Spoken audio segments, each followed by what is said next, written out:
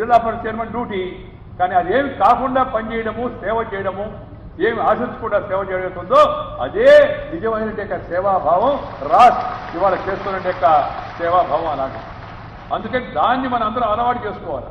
నన్ను అడుగుతుంటే చాలా ఇంత పెద్ద పదవిలో ఉండి కూడా అంత బిజీగా ఉండి మీరు నెదురుకు వస్తున్నారు, విజయవాడ వస్తున్నారు, అక్కడే పోతున్నారు సార్, ఎట్లా ఇంత ఓపిక మీకు ఓపిక? I'm enjoying. దాన్ని నేను బాగా ఆస్వాదిస్తున్నా, అనుభవిస్తున్నా, సంతోషిస్తున్నా పనిచేయడం. నాకు తెలుసు కొంత శ్రమ ఉందా అడిగి రావాలా, ఇక్కడి నుంచి తిరుపతి నుంచి మళ్ళీ పోవాలి ముందు రోడ్లో. ఇప్పుడంటే కొంత హెలికాప్టర్ ఉన్నాయనుకోండి, ఉన్నాయి. అయినా ఆ సంతోషం చెప్పనది కానిది, ఆనందము వర్ణించలేనిది. అందుకే మా తాత దాన్ని ఆ రోజుల్లో నాకు ఇది మహదానందం రా అని చెప్పాడు. అందుకని ప్రతి ఒక్కరం కూడా సొంత లాభం కొంత మానుకొని పక్కవాడి గురించి ఆలోచించాలా. మన ఫిలాసఫీ ఏంది, మన సిద్ధాంతం ఏంది, పెద్దవాళ్ళు ఏం చెప్పారు మనకి? వసుదైక కుటుంబకం, ప్రపంచం అంతా ఒక కుటుంబము. రెండవది సర్వే జనా సుఖిన భవంతు, అందరు జనాలు సుఖంగా ఉండాలా. మూడవది కేవలం నా కోసమే కాకుండా చిట్టినా బొద్దకు శ్రీరామ రక్ష, దేశం సంగతి దేవుడు ఇరుక అని అనుకోకుండా మనతో పాటు ఇతరులకు కూడా కొంచెం పంచి ఇవ్వాలి. నీ దగ్గర రొట్టె ఉంటే నీ రొట్టెని నువ్వు తింటే అది ప్రకృతి, పక్కవాడి రొట్టెని పీక్కొని తింటే వికృతి. నీ రొట్టెను పక్కవాడికి పంచిస్తే ఆకలితో ఉన్నవాడికి అది సంస్కృతి, భారతీయ సంస్కృతి, మన ధర్మం. ప్రతి ఒక్కరు కూడా అలాంటి ఆలోచన చేయాలి, అప్పుడే అది సాధ్యమవుతుంది. ప్రభుత్వం తన పని తాను చేయాలి, అలాగే సంస్థలు పనిచేయాలి. అట్లా కాకుండా ఈ మార్పు ఇదేదో బలవంతం చేయగలమంటే సాధ్యం కాదు. హింస ద్వారా మార్పు సాధ్యం కాదు. మనం చూస్తూ ఉన్నాం, దారి తప్పిన కొంతమంది హింస ద్వారా మార్పు తేవాలని ప్రయత్నం చేస్తున్నారు. నిన్న కూడా మన ఆంధ్రప్రదేశ్లో చాలా బాధాకరమైన సంఘటన జరిగింది. గిరిజనులైన ఇద్దరు ప్రజాప్రతినిధులను మావోయిస్టులు హతమార్చారు. నేను ఇప్పుడు రాజకీయాలు జోలికి పోను. కానీ హింస పరిష్కార మార్గం కాదు. హింస మళ్ళా ప్రతిహింసను తీసుకొస్తుంది. తుపాకీతో నువ్వు కాలిస్తే ఆ తుపాకీ నువ్వు ఎప్పుడో ఒకప్పుడు గురైపోతావు అనే విషయాన్ని గుర్తుపెట్టుకోవాల్సింది అందరికి కూడా. నీ సిద్ధాంతం మీద నీకు నమ్మకం ఉంటే, నీకు ప్రజాసేవ చేయాలని సంకల్పం ఉంటే, ప్రజల్లోకి వచ్చి ప్రజల్లో తిరిగి ప్రజలను కూడగట్టి మార్పు తీసుకురావాలా. తద్వారా సమాజంలో మార్పు తేవాలా. అంతేగాని వ్యక్తులను చంపి annihilation, personal annihilation, individual annihilation is no solution. This has to be understood by one and all. ఈ సిస్టము ప్రపంచ వ్యవస్థలో కల్లా ప్రజాస్వామ్య వ్యవస్థ ఉత్కృష్టమైంది. దాంట్లో పార్లమెంటరీ ప్రజాస్వామ్య వ్యవస్థ ఇంకా ఉత్కృష్టమైంది. అందుకని any change you want to get, you can bring the change by ballot, not by bullet. Ballot is more powerful than bullet అనే విషయాన్ని కూడా మనం గుర్తుపెట్టుకోవచ్చు. ఇవాళ పక్క చేసే మాధ్యమంలో రాజకీయ మార్పు చూసాం. ప్రతిపక్షాలంతా జైల్లో పెట్టి, పోటీ ఉన్న వాళ్ళందరినీ జైల్లో పెట్టి, సుప్రీంకోర్టు జడ్జిని కూడా జైల్లో పెట్టినా ఎలక్షన్ జరిగితే అధికారంలో ఉన్నాయని ఓడిపోయాడు. ఒక ఉదాహరణ చెప్తున్నాను మీకు. ఆ దేశ వ్యవహారాలు మనం జోక్యం చేసుకోకూడదు. నేను ఉపరాష్ట్రపతికి అసలు. అలాగే మన దేశంలో కూడా శక్తిమంతులు అధికారాన్ని కోల్పోయారు, అనేక మంది కోల్పోతారు కూడా. కానీ తుపాకీ ద్వారా మార్పు తెద్దామని ఒకటి చాలా పొరపాటు. అందుకని ఈ దేశంలో అలాంటి ఆలోచన చేసే వాళ్ళందరూ వాళ్ళ ఆలోచనలో మార్పు తెచ్చుకోవచ్చు. చాలా హేయమైన చర్య అవతల వాళ్ళ ప్రాణాలు తీయడం. దీన్ని అందరూ ఖండించవలసి ఉంది. కొంతమంది మానవ హక్కులు, పౌర హక్కుల గురించి గట్టిగా మాడుతూ ఉంటారు. వాళ్ళు ఏం 2 రోజులు ఎవరు మాట్లాడడం లేదే. వీళ్ళు పౌరులు కాదా? ఈ గిరిజన నేతలు ఏమైపోయింది? వాళ్ళకి వ్యాసాలు రాసేవాళ్ళు, ఖండనలు చేసి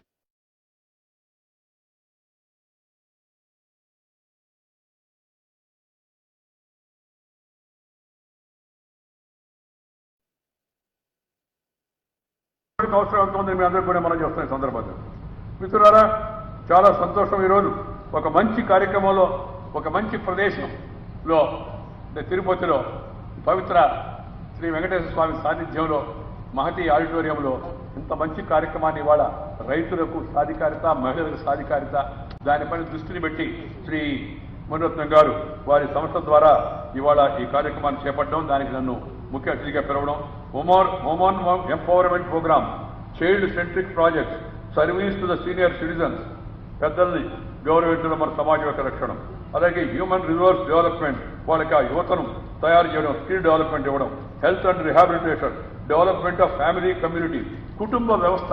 ప్రపంచంలో అత్యంత ఉత్కృష్టమైన సంస్కృతి అయిన భారతీయ సంస్కృతి ప్రధాన భాగం, అది ప్రధానమైన పునాది కుటుంబ వ్యవస్థలో ఉంది.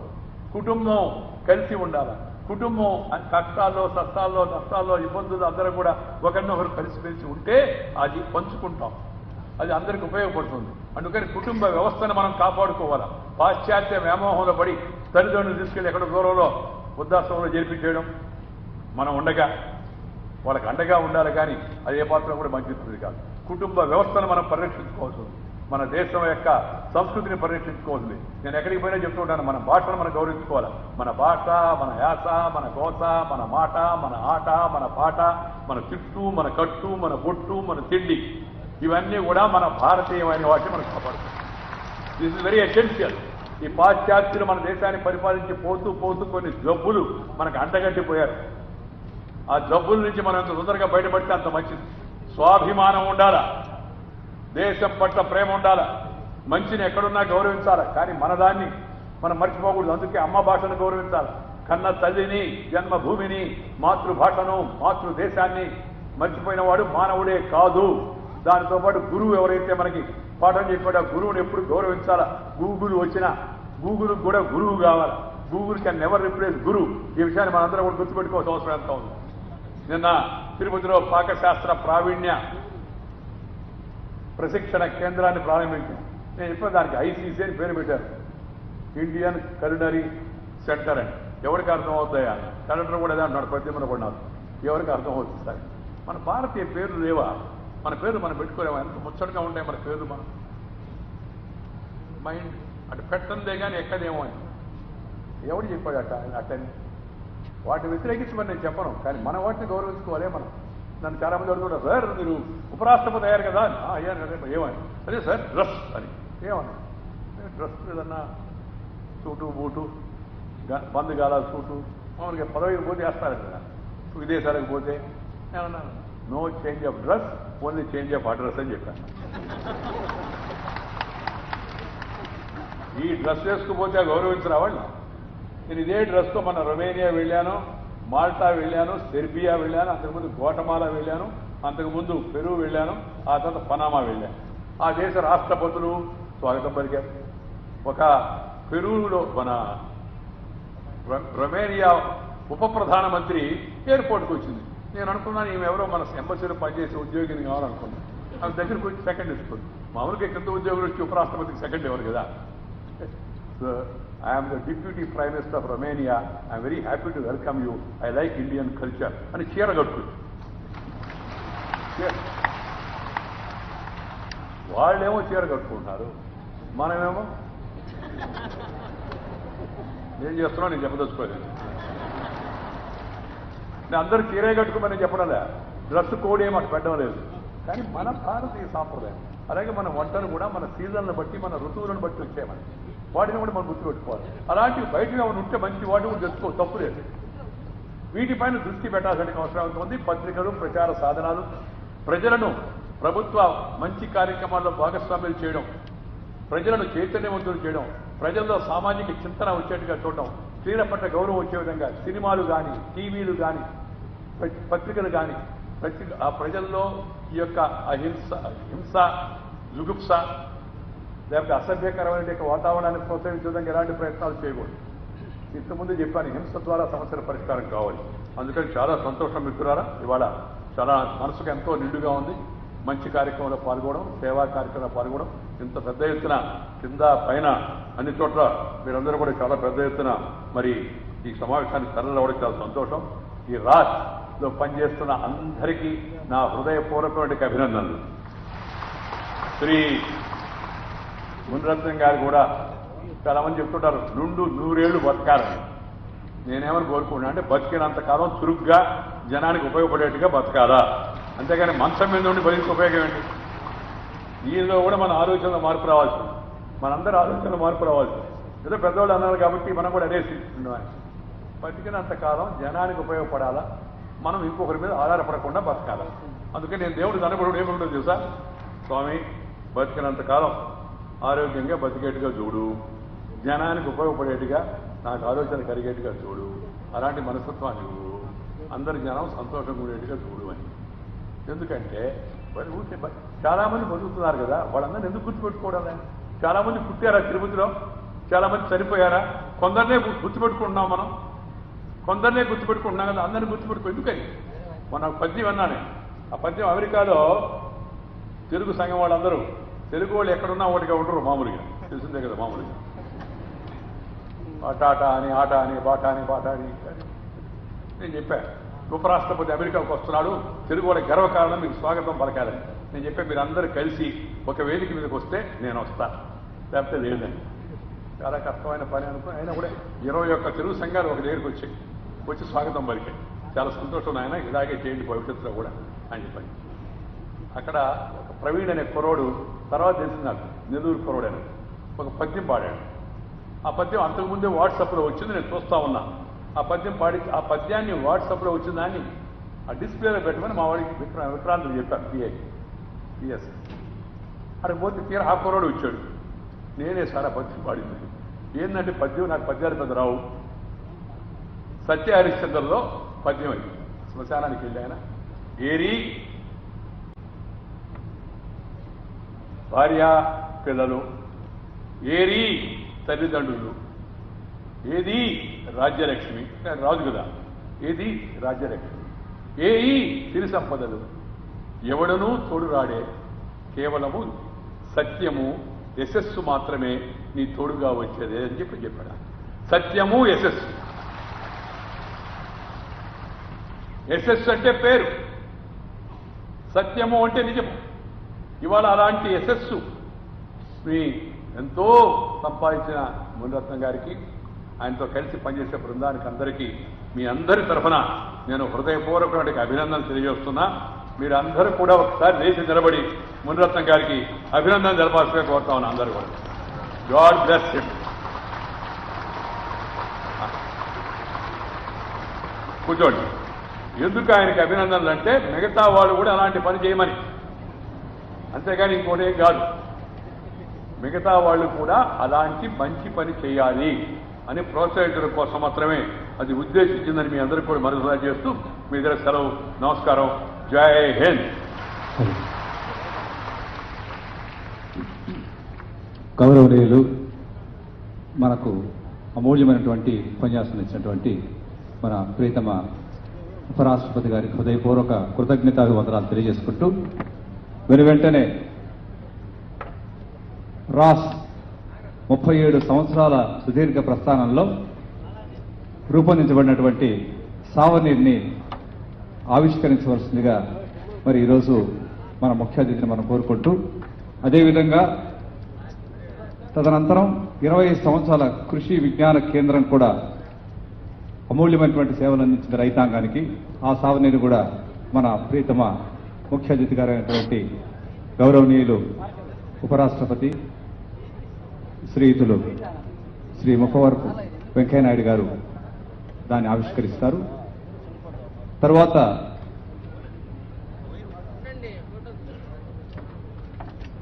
ఆవిష్కరిస్తారు సార్.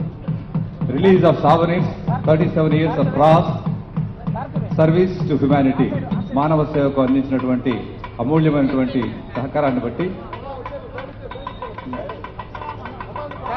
37 సంవత్సరాల సుదీర్ఘమైనటువంటి రాస్ ప్రస్థానంలో రూపొందించబడినటువంటి కార్యక్రమాల యొక్క పుస్తకాన్ని మన ప్రియతమ ముఖ్య అతిథులు గారు ఆవిష్కరిస్తున్నారు. మరొకసారి మీ కరతాళ ధ్వనులతో ఇంత గొప్ప కార్యక్రమాన్ని నిర్వహించేటువంటి రాస్ సంస్థకు, కుటుంబానికి మనం అందరం కూడా హృదయపూర్వకమైన అభినందనలు తెలియజేయాలి. అలాగే కృషి విజ్ఞాన కేంద్రం రూపొందించబడినటువంటి 25 సంవత్సరాల సావనీని కూడా రెడీ చేస్తున్నాం.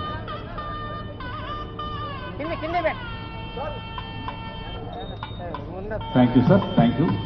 తదనంతరం కృషి విజ్ఞాన కేంద్రం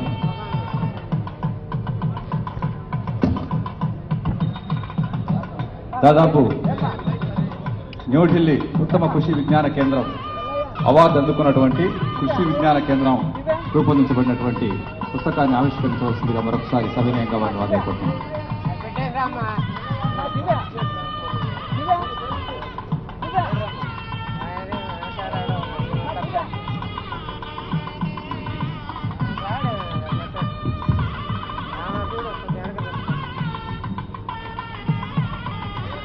థ్యాంక్ యూ సార్. అదే అదేవిధంగా వ్యవసాయ రంగంలో ప్రతిభ కనబరిచినటువంటి ఉత్తమ వ్యవసాయదారులకు రాష్ట్ర తరపున సత్కారాన్ని అందజేయవలసిందిగా కోరుకుంటూ మొట్టమొదట శ్రీమతి కె యువరాణి మెట్టూరు గ్రామానికి చెందినటువంటి యువరాణి ముందుకు రావాల్సింది కోరుతున్నాం. సో యువరాణి వ్యవసాయ రంగంలో వినూత్న ప్రతిభ కనపరిచి అమూల్యమైనటువంటి సేవలు అందించినటువంటి శ్రీమతి యువరాణి గారికి మన ప్రియతమ ముఖ్య అతిథులకు సత్కరిస్తున్నారు. వీరు తరువాతి సన్మాన గ్రహీత శ్రీమతి ఎం సుధారాణి గారు. వీరు చిత్తూరు మహిళా రైతు సంఘానికి చెందినటువంటి వారు. సుధారాణి గారు వీరు అమూల్యమైనటువంటి సేవలు అందించారు వ్యవసాయ రంగంలో. శ్రీమతి ఎం సుధారాణి గారు తరువాతి సన్మాన గ్రహీత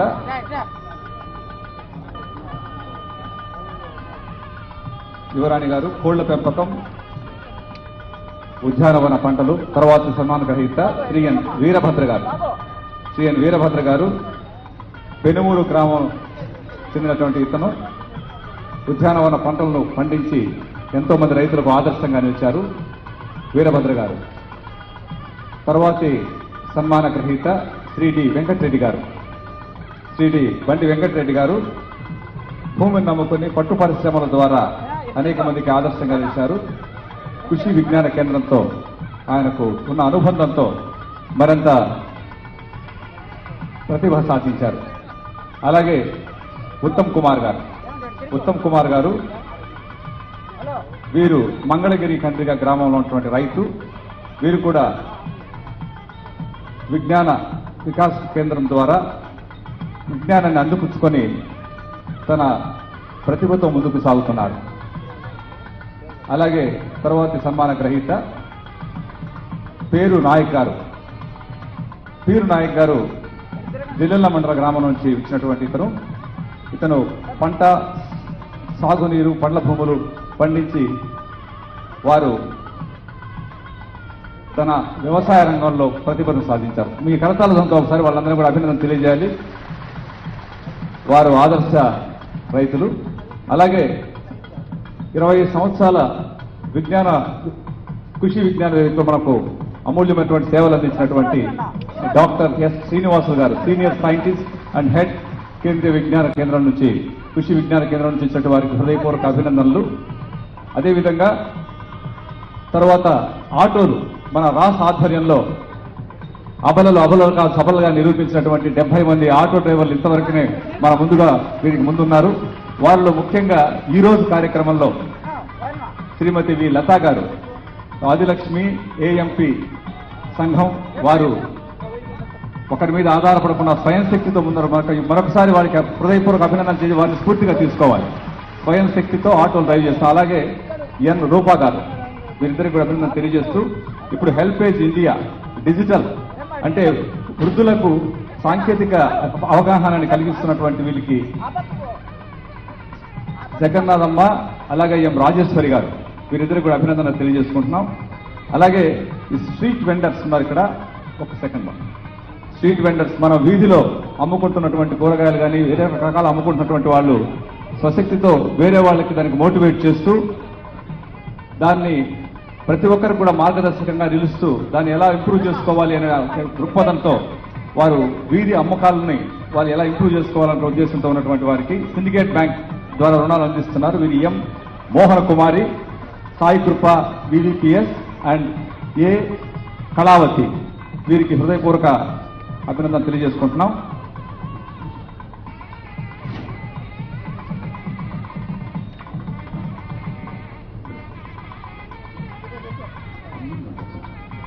అలాగే ఇప్పుడు మన అతిథులకు సన్మాన కార్యక్రమం నిర్వహించవలసి కోరుతున్నాం.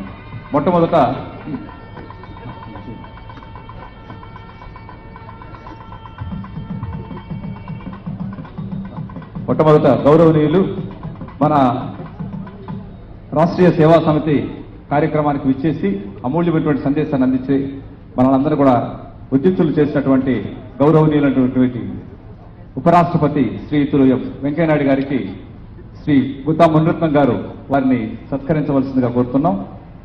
దయచేసి సో రాజ్ కుటుంబ సభ్యుల తరఫున శ్రీ గుత్తా మునిరత్నం గారు గౌరవనీయులు నాటి ముఖ్య అతిథికి వారిని సత్కరించవలసిందిగా కోరుతున్నాం.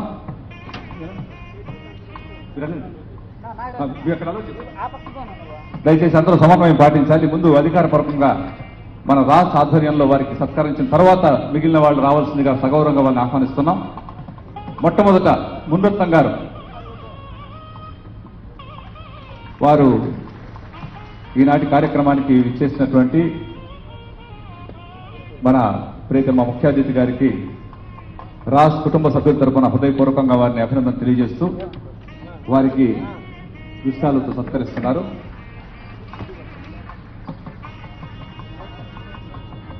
Thank you. రాష్ట్ర ఆధ్వర్యంలో ఇవాళ ముఖ్య అతిథిగా విచ్చేసినటువంటి గౌరవనీయులు మన ఉపరాష్ట్రపతి గారికి హృదయపూర్వక ఆత్మీయ సత్కారాన్ని అందజేస్తున్నారు మీ కరతాళ మధ్య. వారు ఇచ్చినటువంటి సందేశం నిజంగా చాలా ఆదర్శనీయం. వారికి హృదయపూర్వక ధన్యవాదాలు. అలాగే సిఎన్ అమర్నాథ్ రెడ్డి గారికి శ్రీ సుందర వడివేలు గారు శ్రీ అమర్నాథ్ రెడ్డి గారికి సుందర వడివేలు గారు వారికి జ్ఞాపిక అందజేయవలసిన కోరుతున్నాం. సో భారతీయ సంస్కృతిని సంప్రదాయాన్ని ఎప్పుడూ గౌరవించేటువంటి మన ఉపరాష్ట్రపతి గారికి భారత సంస్కృతిని ఇనుమడింపజేసేటువంటి భరతనాట్యం, కూచిపూడి నృత్య కళాకారులు చిన్నారులను ఆస్వాదిస్తూ తీసుకున్నటువంటి ఛాయాచిత్రానికి మీ అందరూ మరొకసారి కరతాళం రెడీ చేయాలి. Thank you sir, thank you very much. తర్వాత రాస్ ఆధ్వర్యంలో తర్వాతి సన్మాన గ్రహీత అయినటువంటి minister for industry Shri Amarnath Reddy గారికి శ్రీ సుందర వడివేలు గారు ఎగ్జిక్యూటివ్ మెంబర్ రాస్ వారిని సత్కరించవలసి కోరుతున్నాం.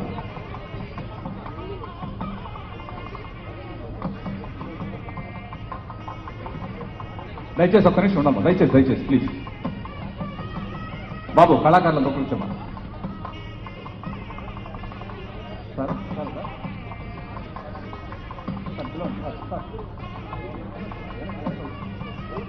బాబు నెక్స్ట్ నేషనల్ యాంథమ్ రెడీగా ఉండమ్మా ప్లీజ్.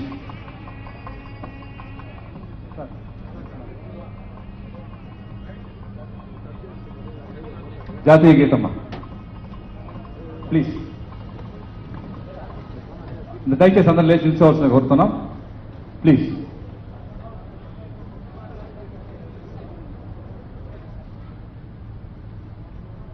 దయచేసి సార్.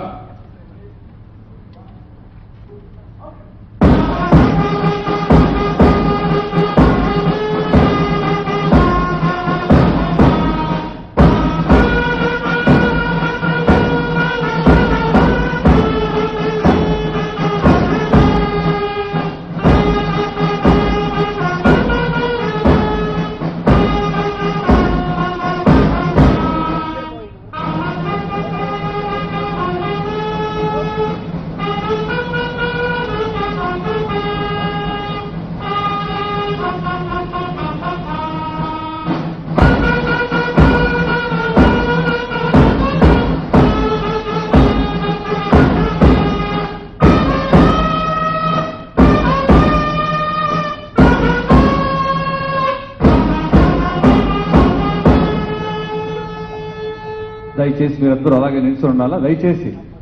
దయచేసి అలాగే కూర్చోవాలి ప్లీజ్. దయచేసి కూర్చోవాలి. మరొకసారి మహిళా సాధికారత మరియు ఆదర్శ రైతు సదస్సుకు ఇచ్చేసిన ప్రతి ఒక్కరికి రాష్ట్ర తరఫున హృదయపూర్వక కృతజ్ఞతావందనాలు. మరి ముఖ్యంగా గౌరవనీయులు తెలుగు తల్లి ముద్దుబిడ్డ ఆదర్శప్రాయులు బహుభాషా ప్రవీణులు మన ఉపరాష్ట్రపతి శ్రీ ఉపవరపు వెంకయ్య నాయుడు గారికి హృదయపూర్వక కృతజ్ఞతావందనాలు. అదేవిధంగా విచ్చేసినటువంటి అమర్నాథ్ రెడ్డి గారికి, మంత్రివర్యులకు, బుజ్జల గోపాలకృష్ణారెడ్డి గారికి, ఎమ్మెల్యే గారికి, ఎంపీ శివప్రసాద్ గారికి హృదయపూర్వక ధన్యవాదాలు. వారికి దయచేసి అందరూ కూర్చోవాలమ్మా ప్లీజ్. అందరూ కూర్చుంటే చదువు కార్యక్రమం ఉంది కాబట్టి దయచేసి